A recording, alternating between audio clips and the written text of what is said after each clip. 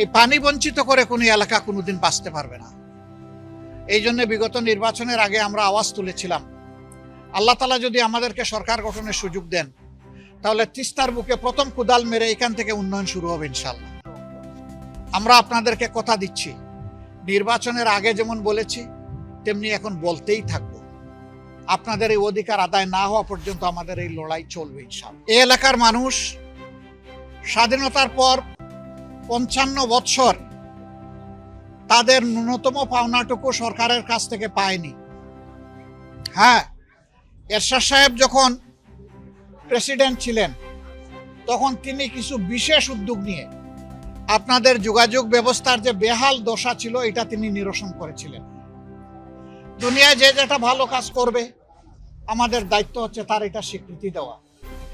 তিনি এই কাজটা করেছেন, তিনি অবশ্যই ধন্যবাদ পাওয়ার যোগ্য। কিন্তু তার আগে এবং পরে এই এলাকার মানুষের যেটুকু একদম ন্যূনতম পাওনা ছিল, আমি আবারও বলবো সরকারগুলো ইনসাফ করে না এই এলাকারগুলো। বাংলাদেশকে যদি আমরা ডেমোগ্রাফির দিক থেকে আলাদা করি, ইকোনমিক ডেমোগ্রাফি, যে কোন এলাকা কতটুকু অগ্রসর, তাহলে সবচেয়ে পিছনের এলাকার নাম হচ্ছে উত্তরবঙ্গ। রাজধানী থেকে যে জেলা যত দূরে সে তত ছিল সুবিধা বঞ্চিত, অধিকার বঞ্চিত। বিশেষ করে 3টা নদী বিধৌত আপনাদের এই এলাকা। নদীগুলো আল্লাহর রহমত, কিন্তু সেই রহমতগুলো এখন আমাদের দুঃখের কারণ হয়ে দাঁড়িয়েছে। বছরের পর বছর সিলট্রেটেড হয়ে পলি এবং বালু জমে এখন নদী হয়ে গেছে মরুভূমি। বর্ষা মৌসুমে পানি ধারণ করার ক্ষমতা নাই, কাজেই দুই দিকে আঘাত করে দুই পারকে ভেঙে চুরমার করে দেয়। মানুষের স্বপ্নকে, হাজার হাজার পরিবারের স্বপ্নকে মাটির সাথে, পানির সাথে মিশিয়ে দেয়।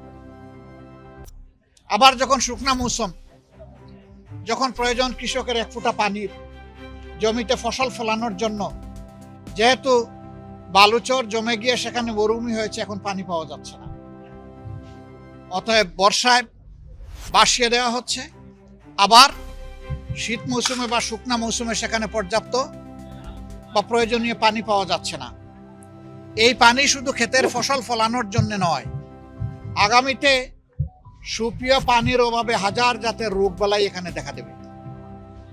পানির আরেক নাম জীবন। এ জীবন শুধু মানুষের নয়, সমস্ত জীব বৈচিত্র্যের, গাছপালা, বৃক্ষরাজি, ফল ফসল যা আছে সবকিছুর জীবন হচ্ছে পানি। এই পানি বঞ্চিত করে কোনো এলাকা কোনোদিন বাঁচতে পারবে না।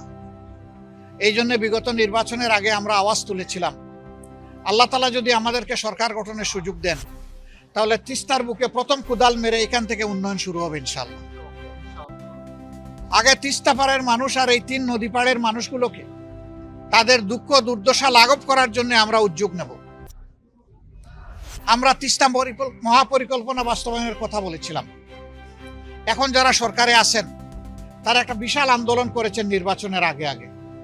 আপনাদের এই এলাকার একজন মন্ত্রী, তার নেতৃত্বে এই আন্দোলন হয়েছে, আর বিএনপির সমস্ত নেতারা এখানে এসে হাজির হয়েছেন। এমনকি এখন যিনি প্রধানমন্ত্রী, তিনিও কিন্তু ভার্চুয়ালি সেই মিটিংয়ে নিজেকে সংযুক্ত করে কথা বলেছেন। আপনারা লক্ষ্য করেছেন, সংসদে প্রথম অধিবেশনের শেষ দিবসে বক্তব্য ছিল আমাদের 2 জনের। আগে আমার বক্তব্য, তারপরে প্রধানমন্ত্রীর, মাননীয় প্রধানমন্ত্রীর বক্তব্য। আমি আমার বক্তব্যে যতটুকু আল্লাহ আমাকে জ্ঞান বুদ্ধি দিয়েছেন, আপনাদের দুঃখ কষ্টের চিত্রটা আমি তুলে ধরার চেষ্টা করেছি। কিন্তু আমি মনে করি দুঃখ কষ্টের 100 ভাগের 1 ভাগও আমি বলতে পারি নাই, 99 ভাগ এখনো বাকি আছে। এটা আমার বিশ্বাস। এত বড় একটা এলাকাকে অবহেলা, অগ্রাহ্য করে বাংলাদেশ এগিয়ে যাবে, এটা কল্পনা করা যায়। আর তারা তো এই দেশের মানুষ, কেন তারা সরকারের কাছ থেকে ন্যায্য হিস্সা পাবে না? এটা তো কারো দয়ার দান নয়, এটি তাদের অধিকার, এটি তাদের পাওনা।